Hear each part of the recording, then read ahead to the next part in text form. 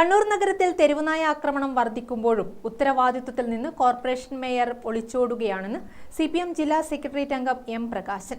ഇത്രയും രൂക്ഷ പ്രശ്നത്തിന് കാരണം കോർപ്പറേഷൻ ഉത്തരവാദിത്വത്തിൽ നിന്ന് മാറി നിന്നതുകൊണ്ടാണെന്നും M. പ്രകാശൻ പറഞ്ഞു.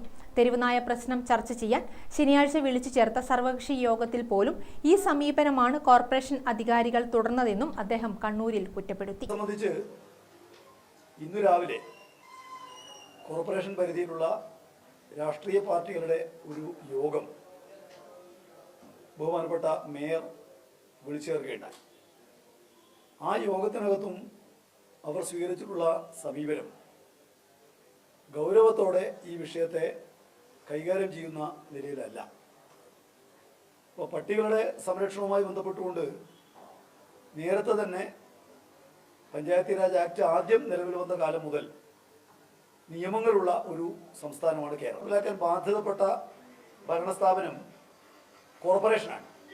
കാരണം ലക്ഷക്കണക്കിന് ആളുകൾ താമസിക്കുന്ന നാടിൻ്റെ നാനാ കേന്ദ്രങ്ങളിൽ നിന്നും ആളുകൾ എത്തിച്ചേരുന്ന സ്ഥാപനം എന്നുള്ള നിലക്ക് പട്ടിശല്യത്തിൽ നിന്ന് ആളുകളെ രക്ഷിക്കുന്നതിനുള്ള വലിയ ഉത്തരവാദിത്തം കോർപ്പറേഷൻ ഭരണ സംവിധാനത്തെ സംബന്ധിച്ചുണ്ട്.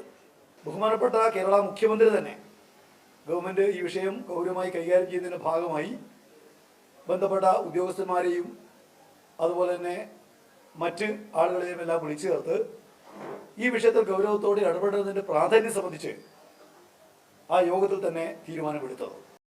കോർപ്പറേഷന്റെ ഈ സമീപനം കാരണമാണ് LDF യോഗം ബഹിഷ്കരിച്ച് ഇറങ്ങിപ്പോയതെന്ന് M. പ്രകാശൻ പറഞ്ഞു. തെരുവുനായകളെ നിയന്ത്രിക്കേണ്ടത് അതാത് തദ്ദേശ സ്വയംഭരണ സ്ഥാപനങ്ങളാണ്. വളർത്തുനായകൾക്ക് പോലും ലൈസൻസ് വേണം. ലൈസൻസ് കൊടുക്കേണ്ടത് മൃഗസംരക്ഷണ വകുപ്പിന്റെ സഹായത്തോടെ അതത് തദ്ദേശ സ്ഥാപനങ്ങളാണ്. തെരുവുനായ പ്രശ്നം അധികരിച്ചപ്പോൾ ഇവയെ നിയന്ത്രിക്കുന്നതിന് സർക്കാർ ചില മാർഗനിർദ്ദേശങ്ങൾ പുറപ്പെടുവിച്ചിരുന്നു. തെരുവുനായകൾ അധികമുള്ള പ്രദേശങ്ങളിൽ ഷെൽട്ടർ ഹോം സ്ഥാപിക്കാനും തീവ്ര കുത്തിവയ്പ് യജ്ഞം നടത്താനും ബോധവൽക്കരണം നടത്താനും മാർഗനിർദ്ദേശം ുണ്ട്. എന്നാൽ ഇവയൊന്നും കോർപ്പറേഷനിൽ നടപ്പായിട്ടില്ലെന്ന് M. പ്രകാശൻ പറഞ്ഞു.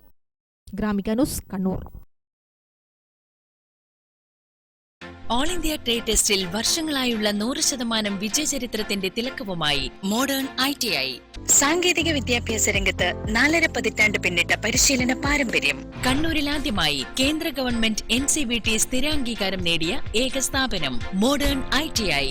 കേന്ദ്ര സംസ്ഥാന സർക്കാരുകൾ അംഗീകരിച്ച വിവിധ തൊഴിലധിഷ്ഠിത എഞ്ചിനീയറിംഗ് കോഴ്സുകൾ, KGCE ഈവനിംഗ് ബാച്ചുകൾ, 100% പ്ലേസ്മെന്റ് അസിസ്റ്റൻസ്, 50% ഫീസ് ഇളവോട് കൂടിയ സ്കോളർഷിപ്പുകൾ.